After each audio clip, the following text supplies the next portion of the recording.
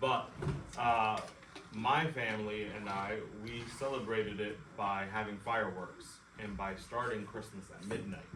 My wife does Christmas here in Pennsylvania where it's like icy snow, and she celebrated it at like the butt crack of dawn. Like as soon as she heard Santa's hooves with the sleigh on the chimney, like she was there early morning, right? So we all have different traditions.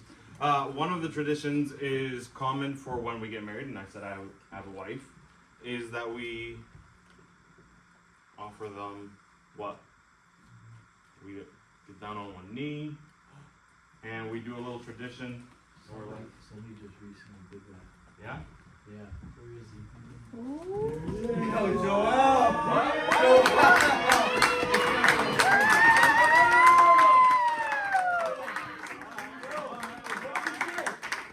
She said yes. Yes. Proof that miracles still happen. But So when you went up to her, did you get down on one knee? Did you open the ring box? Was there something in there? Yeah. Yeah, there was a ring, right? Not like this, right? Like, what the heck? Would my wife have said yes to me if I'd been like, here's an empty box?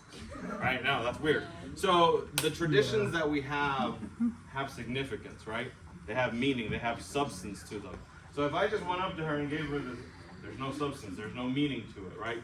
But the ring itself has meaning. And the meaning is like the binding, the coming together, the circle of life, make it up as you go along.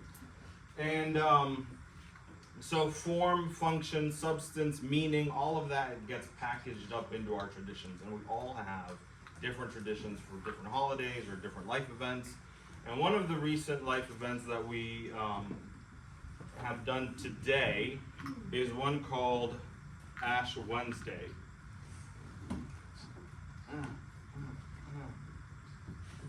Not really safe. So Ash Wednesday is today. It happens yearly, and essentially this is a tradition that comes laden with a lot of religious significance. So it's not just like any holiday. It's not like the 4th of July. It's not a patriotic thing. It's not a national thing. It's a religious holiday. It's a religious event, okay? And it's a predominantly Catholic event. So some other religions do this as well. Some other denominations and faiths do incorporate something like it, but it's predominantly a Catholic event. And the significance of it is that it speaks to our own mortality. So what you do is you go by your church or by some place and somebody puts a little sign of ash, like ash from a fire. They put that on your forehead in the shape of a cross. So if you go to the next slide, it says, it speaks of the significance that we come from dust, and as we start to decompose, we return to dust, right? So we know from reading our Bibles, early on in Genesis, God formed Adam out of the dust of the earth, right? And as your body decomposes or as you get incinerated, if you decide to go cremation, what happens? You turn back into dust, right? So the significance of this event is to remind us of our mortality, that life is fleeting, right? But it also comes packaged as the launching point for the next 40 days, okay? So Ash Wednesday is day 1, day 0, for the next 40. And the next 40 days are what are called Lent. Okay, some of you may have heard of it. If you go to the next slide, you'll be able to see that the Bible has a lot of significant 40-day or 40-year events. The first one was Noah gets into an ark, and he packs all his zoo with him, right? 2 by 2. His entire family's there. And Noah loses everything. He's deprived of everything except what he packs with him in that ark, right? The next example that we have of 40 is Moses leads Israel out of Egypt. They have to leave everything behind, right? They're deprived of everything. But for 40 years, they wander in the desert, and they can only have with them what they carry. A third example is Jesus. Jesus goes into the desert, and while he's in the desert, he fasts. And that's what we're going to look at in just a moment. But essentially, he goes with nothing. He doesn't take a water bottle. He doesn't have like DoorDash delivery come chase after him while he's in the desert. He's completely destitute. Okay, he's got nothing. So this is the last 40-day event, which isn't really in the Bible in this sense of Lent, but it is an event called Passover. Passover or Easter is what we're getting to, and that's the 40th day, okay? So Ash Wednesday, day 1 or day 0, all the way 40 days later, which is going to be April 5th, is going to be Easter Sunday. But I mentioned that all of these examples have some sort of deprivation, right? Some sort of lack. They're having to do with less than normal, right? So if you go to the next slide, how many people here ate breakfast today? Right, so what you did was you slept, which is like my favorite time to go on a diet is while I'm sleeping, right? And then I wake up and I break my fast, right? I get to reincorporate food or drink or whatever back into my life. So breaking fasting is the idea of depriving ourselves of something. Typically food, sometimes drink. There was a guy in the Bible, his name was Daniel, and he deprived himself of bathing. Yeah, which is pretty gross. So you can deprive yourself of, or you can take a fast from hygiene, you can take a fast from, and there are a lot of different things throughout the Bible that speak about fasts that you can take. So this is where it gets a little tricky. The Bible has an expectation that assumes that we're going to fast. Jesus says, when you fast, so he's not saying if you fast. He's not saying do this every once in a while. He's saying when you do this, do it in this way. The way that he shares it is he says basically don't disfigure yourself, don't make yourself look bad, don't make yourself look good, don't do anything external, but rather fast for the presence of God. Fast for his sake, not for public appearance. So a lot of people will look at Ash Wednesday where it is external. It is something visual, something outside of and public, right? And they'll say, well, we can't do that because it goes against explicitly what Jesus said. Jesus said, don't do outward signs, external signs, but rather let it be a change of heart when you fast. So if somebody here says, hey, why don't we offer Lent? Or why don't we offer the Ash Wednesday sign here at Steamtown? That's probably the reason why. But going back to the topic of traditions, I shared how my Christmas traditions are very different from my wife's Christmas traditions. I shared how there's a tradition where, you offer the girl the ring, and hopefully she says yes. Again, we have a classic example here of somebody getting a yes. So there are traditions, though, that are throughout the Bible, and it's important, as PJ reminded us on Sunday, when we come across a name, we want to investigate who that person is, right? What that name represents, who that person was. So he talked about a guy named Uzziah, right? And we had to look up who is Uzziah. He talked about a guy named Jesse. Okay, so who's Jesse, right? And we investigated who Jesse is. And the Bible also has traditions. The book of Ruth, y'all familiar with the book of Ruth, right? You guys are studying through the book of Ruth? The book of Ruth has many traditions, and if you go to the next slide, you'll see at least 3 of them. Number 1, and this one you've probably already looked at because it's happening in chapter 2 already. When people had land, they would leave the edges, the borders of their fields untouched. That way, the foreigner, the immigrant, the stranger, people who didn't have enough to eat, so people who were struggling, whatever the case may be, they could go to these fields, help themselves without any sense of incrimination or recrimination. Okay? So that's one tradition, that the fields would be left with the edges intact for other people to help themselves. The people that needed it could go there and help themselves. Another tradition that you're going to see, and you'll be seeing that coming up here in chapter 2, bleeding into chapter 3, is the Goel, or the kinsman redeemer. I don't know if you've gotten there yet, so I'm not going to give you any spoilers, but it gets pretty spicy. The next tradition that you're going to see is going to happen towards the end of the book, and this one's really bizarre. It's a sandal. Yeah, not Sandals Resorts. Sandal. All right. So there's a sandal that is given in exchange to lay claim to something, and this tradition, again, it's going to be a little bit of a spoiler because you guys haven't gotten there yet. But the Bible has a passage where it says that wherever your foot lays or steps, that you can claim as your own. So when you give someone a ring, right? Again, the ring symbolizes that whole circle of life, the perpetual, the foreverness of what love is. There's another tradition that often goes with it. When I proposed to my wife, it was a miserable day. I had tried like a dozen times to propose to Ashley, and it was just not working out for me. I was striking out, right? I mean, it almost didn't happen at all. It was a crazy day, and I finally proposed. I finally popped the ring out. I had the ring in the box. Don't worry, the ring was there.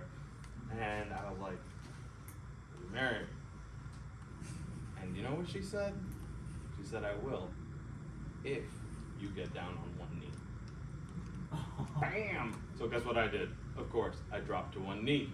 And the significance of that tradition is the idea of he stoops to conquer, right?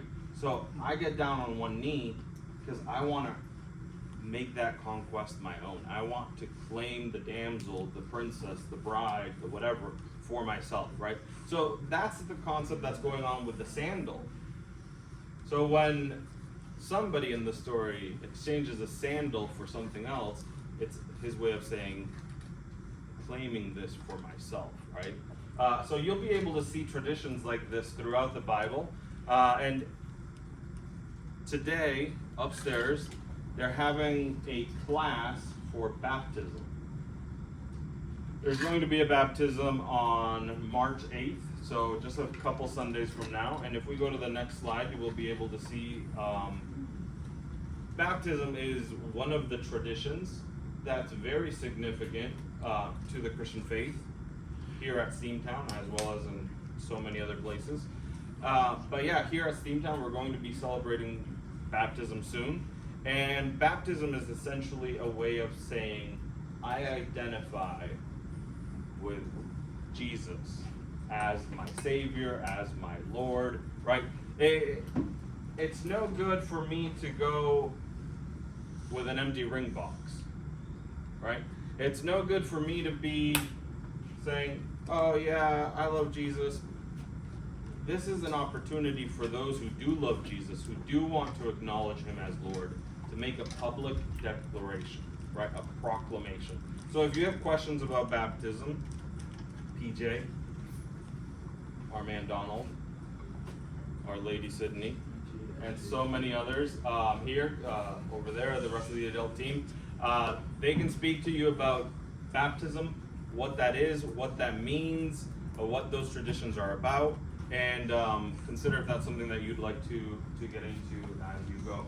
But yeah, so essentially that's a quick summary of what Ash Wednesday is, a little bit of the history of it, why some people do it, what's the significance behind it, why we typically don't do it, and what some of the other traditions are that we do embrace. And baptism would be one of them, so you have that there for you. All right, Any questions? No questions. So is Ash Wednesday okay? It's up for grabs. I would say no. Simply on the basis of, again, Jesus discouraged the external signs, saying fasting is to be a representation of a devotion, a faith-driven devotion between the Lord and oneself.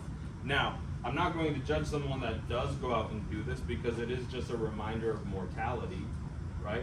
And it's a sign of you're willing to engage. For the next 40 days, you're going to fast from something. You could fast from your phone, except for you're addicted to it. But presumably, you could fast from your phone. You could fast from, I had a student who fasted from the two things she loved most: coffee and chocolate. So every time that she woke up and she wanted a cup of coffee to help her get her brain energized, she said, "Lord, you're the only thing I really need." And she'd go without coffee. Whenever she was craving chocolate, she would remind herself, "You, Lord, are sweeter than honey, sweeter than anything." And she would forego chocolate because she was committing herself to love Jesus more than anything else here on earth. So that kind of sums that up. Any other questions? Yes. So would you consider baptism necessary to be saved? And if it's not, if somebody acknowledges baptism but doesn't do it, consider that a sin? Baptism is not necessary for salvation. Baptism is not necessary for salvation, and there's never been a case of baptism being required for salvation in the Bible.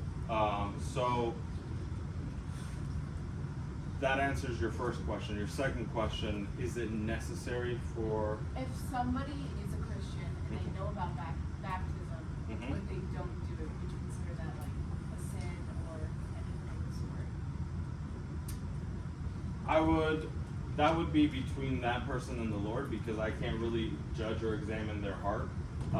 So I know someone who refused to be baptized until they could have their family present to witness the event, because they really wanted to be a good testimony to their mom, their dad, uncles, aunts, relatives, things like that. I know somebody else who said, "I'm not going to get baptized until I learn about it." So that's why we offer a class, so you can learn more about it. But yeah, I would say it is something that the Bible encourages, but the Bible actually places more of an emphasis on being baptizers than being baptized. So it really is more of a push to go do the baptizing than be the baptized. But that's because of grammar. Any other questions? Would it be safe to say that we shouldn't voice our opinions that come up about Ash Wednesday if we disagree with it? No, you can do whatever you want. You can voice opinions. Are you saying for you or for someone else? No, like, if you disagree with something, let's just say, when it comes to religious stuff, it can be a sensitive topic. So would it be wise, even if just getting a lesson and being taught, okay, this might not be the way to like just kind of just move on? Whenever you come across something that's sensitive to religion or any other aspect of personal life, you want to handle that with tact, right? The Bible says to let your speech be seasoned with salt. In other words, speak graciously. So if you're angry, speak graciously even through your anger. If you're disagreeing with someone, still speak graciously. So there are clear things that are done for religion that are point blank wrong, right? So for the sake of religion, there are people who get their bodies mutilated, right? That is straight up wrong, right? You don't harm yourself or others for the sake of religion. So, but when you approach that, you want to approach that tactfully. In the case of Ash Wednesday, there's no clear and explicit prohibition other than Jesus saying, make your fasting between you and the Lord rather than for public notoriety.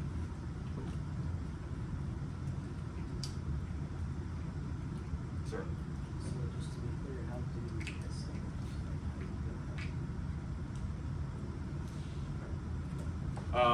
So good question. All right, I don't know if everybody heard that, but he asked, how do you get saved? PJ here walked us through a lot of that on Sunday, where he reminded us that, number one, we acknowledge that we're all sinners, right?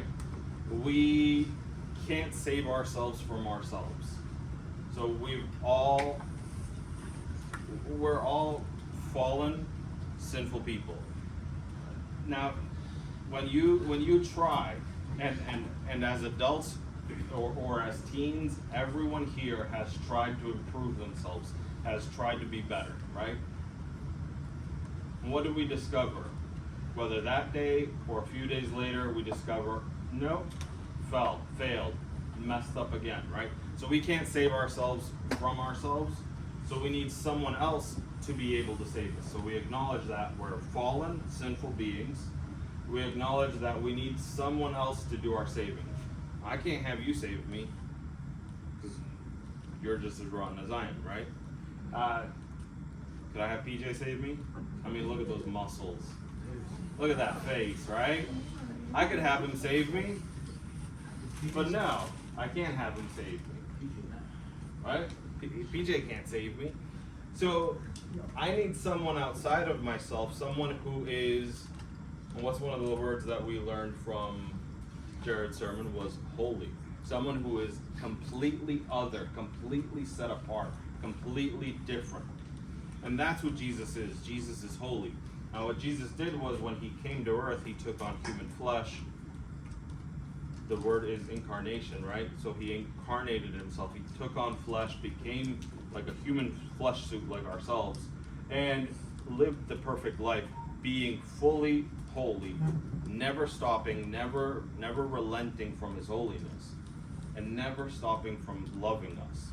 So the Bible reminds us that for God so loved the world, that he gave his only begotten Son, that whoever believes in him would not perish, would be saved, they would have everlasting or eternal life. So recognizing I'm fallen, recognizing I can't fix this on my own, recognizing I need someone else's help, recognizing there's only one other person that could do this, that person came from God, sent to earth, died, rose again on the third day, and when we put our trust in him, the Bible promises that he cleanses us of sin and makes us his own. So that's the germ of it. If you have further questions, you can always talk with your leaders here as well. Any other questions? How come Jesus was baptized? Good question. So Jesus was baptized because baptism is, again, it doesn't save, but it provides identification, right? So Jesus is baptizing to say, I identify with. And in that moment, it was more than him identifying with others, but rather it was the Father identifying with him. And also baptism, we spoke about traditions having significance. The significance of this tradition is that you go under, right? You're buried, and then you're risen again. You're emerging from the water. So Jesus is foreshadowing what he's about to do with the resurrection. But more than anything, it's for him to identify with, I am here as someone who's committed to following God, and God speaks from heaven at that moment, and he says, behold, this is my beloved Son, in whom I am well pleased. So it serves as a dual identification, one for a foreshadowing of what's to come, and then an identification from Jesus to the crowd, and from the Father also to the crowd. Any other questions?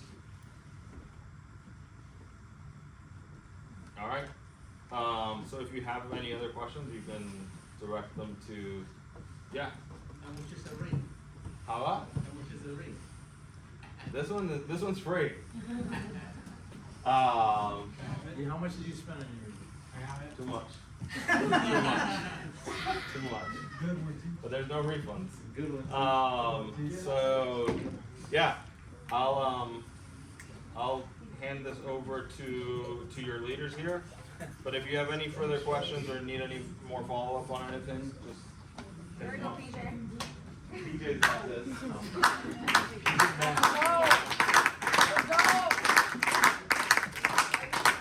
Alright. We're gonna close in prayer. Specifically,